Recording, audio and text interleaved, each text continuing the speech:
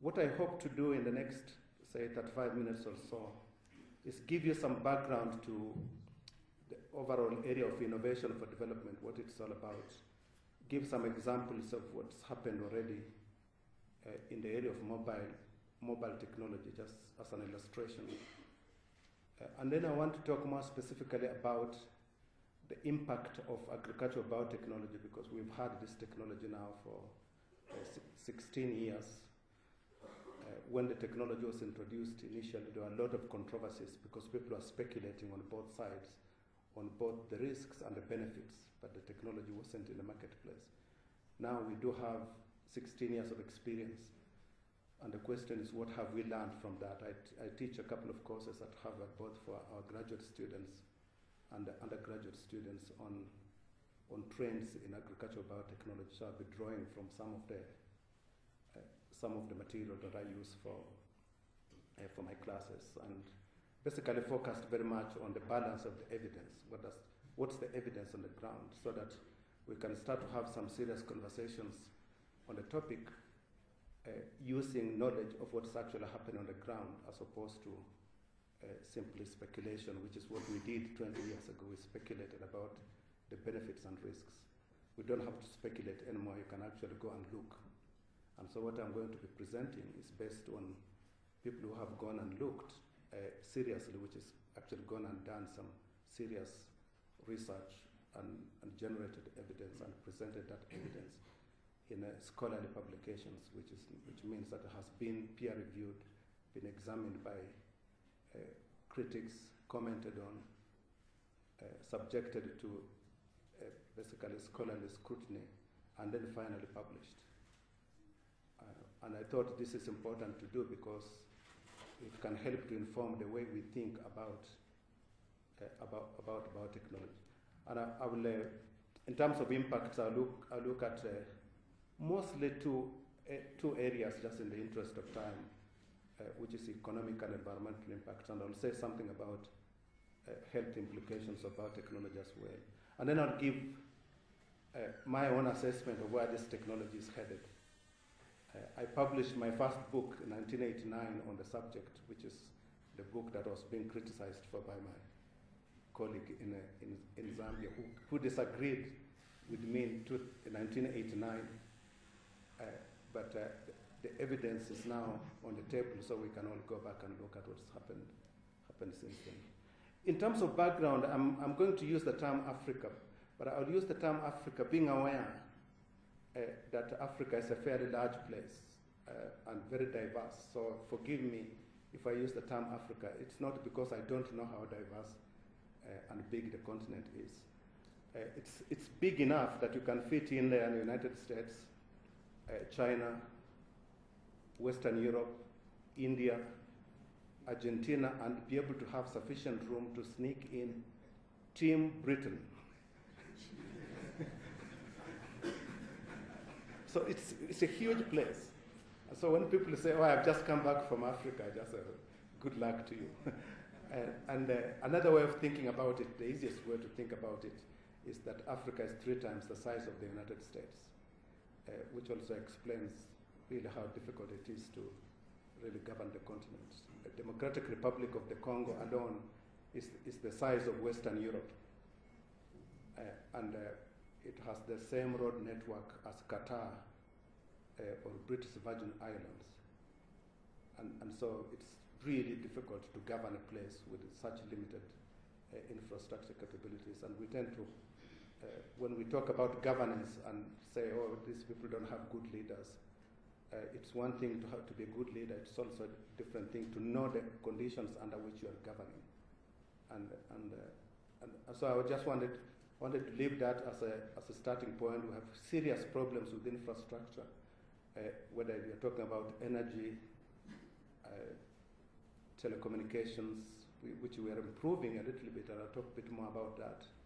But it's transportation, energy, and irrigation are major challenges for the African continent. Let me just clarify that power grid, this is not Kenya, this is actually Nigeria. So I'm not aware if you ever have power cuts or shortages in this country. But I was offered this by a Nigerian colleague who said, we have finally found out where there are blackouts in Nigeria. It's because the cables are doing that all the time. So please don't use this to criticize your own power company. So what I'm really interested in is trying to understand why is it so that some countries that are latecomers suddenly end up leapfrogging and becoming frontiers in areas of economic development. We are told 50 years ago, South Korea and Ghana were almost at par. South Korea took off, Ghana didn't. And you'll find many comparisons of a similar kind. And so I've been interested in understanding this.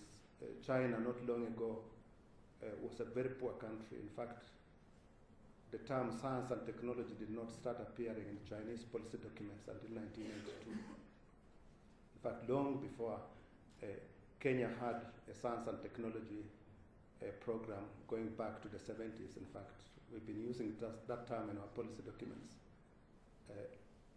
before China started using it. The question is, how is it that China, which started adopting science and technology for development only in the 80s, ended up overtaking everybody to a point where it's now the second largest economy in the world. Brazil, which was not long ago was a relatively poor country, has overtaken the United Kingdom as the fifth or sixth largest country in the world.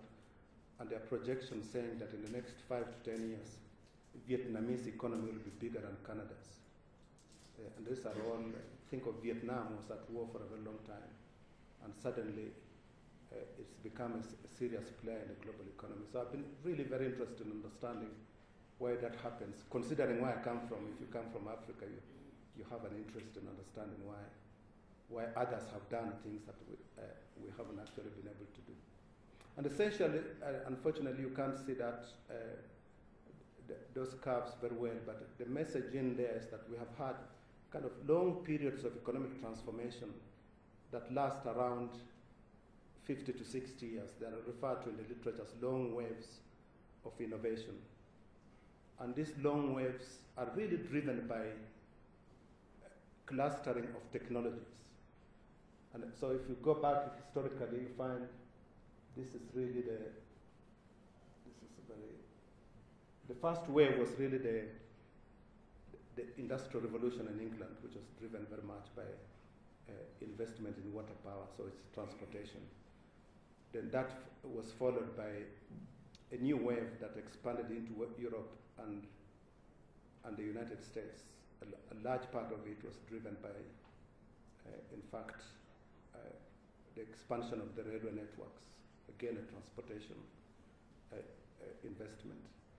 A subsequent wave was driven by petrochemical investments, which is basically the automobile industry. Again, we are into transportation. After that, we started to have big investments in major investments in telecommunications.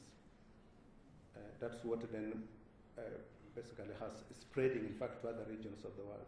What that cartoon doesn't show you, which is even more important for Africa, is that every wave of economic transformation was associated with the recruitment of new economic players. So the first wave was just England. The second one included Western Europe. And then that spread to the United States. The third wave started to include Japan. The fourth wave started to include the Southeast Asian countries. So each wave was also associated with the expansion of geographical space in economic activities. And the projected wave, the next wave, is going to have two very important characteristics. One is that it's going to focus very much on what is called the green economy, which is being able to grow without undermining the environment. And that will include the application of biotechnology, nanotechnology, green chemistry, as it is referred to. And we've already started to see indications of that wave, the fact that the last Rio conference was really about green economy. This is not just accidental. This is really recognition of fundamental changes occurring in the way countries are thinking about the next wave of economic transformation. The second attribute of that new wave is that it's going to include countries that have not been important players in the global economy today. And most of those countries are African economies. And in addition to African economies, that wave is also going to include regions within the industrialized countries that have not benefited from the previous waves. So we'll see growth within Europe, focusing on regions within Europe. In fact, Europe is already preparing itself for this, where many countries like Denmark has completely reorganized its governance structure with the devolution from 42 or so equivalent of districts to 5 regions, but those regions are considered as innovation regions, not just administrative regions. This is not just in Denmark, but it's a phenomenon that's occurring across the industrialized countries, so that they can spread the prosperity arising from innovation within their countries to address previously marginal regions. And it's in fact that same phenomenon of spreading the prospects of science and technology to underdeveloped regions that Africa is likely to benefit from. And this is where one can start to think about the relevance of the life sciences, especially if you think about this idea that the next wave is going to be driven by ecological considerations, so that it will be a green wave. And this means that countries that have already started investing in the life sciences are the ones that are going to be capturing that wave. Just like, say, 30, 40 years ago, it was the countries that had invested in electronic engineering that captured the wave of microelectronics. And this is going to be the same phenomenon for the new wave of that is going to be built around the life sciences.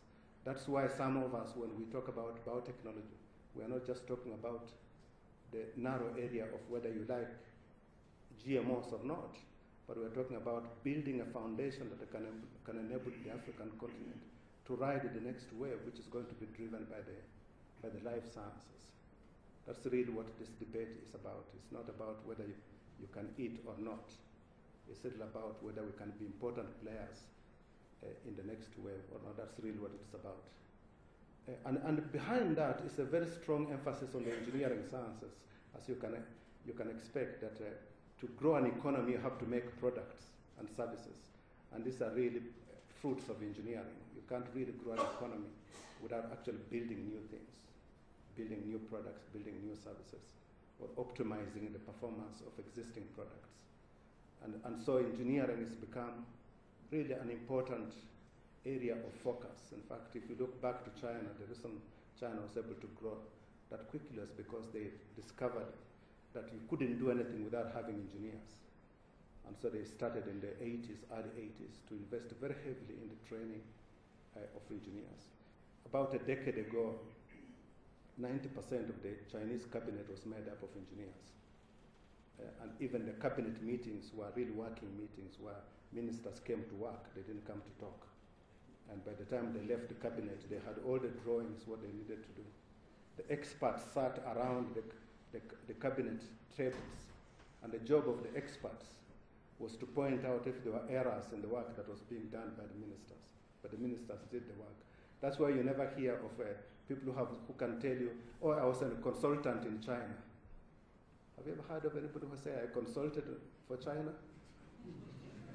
None, because the ministers were technically trained people who actually did the work. They just didn't talk. It's actually on the basis of this recognition that the UK has launched this Queen Elizabeth Prize for engineering, which is £1 million, the largest prize of its kind, to try to revive the idea of engineering. And I'm sure that almost every one of you watched the Olympics.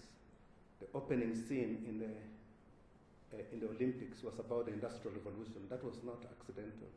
That was really trying to motivate the UK citizens to really think about the important contribution they have made to humanity, which is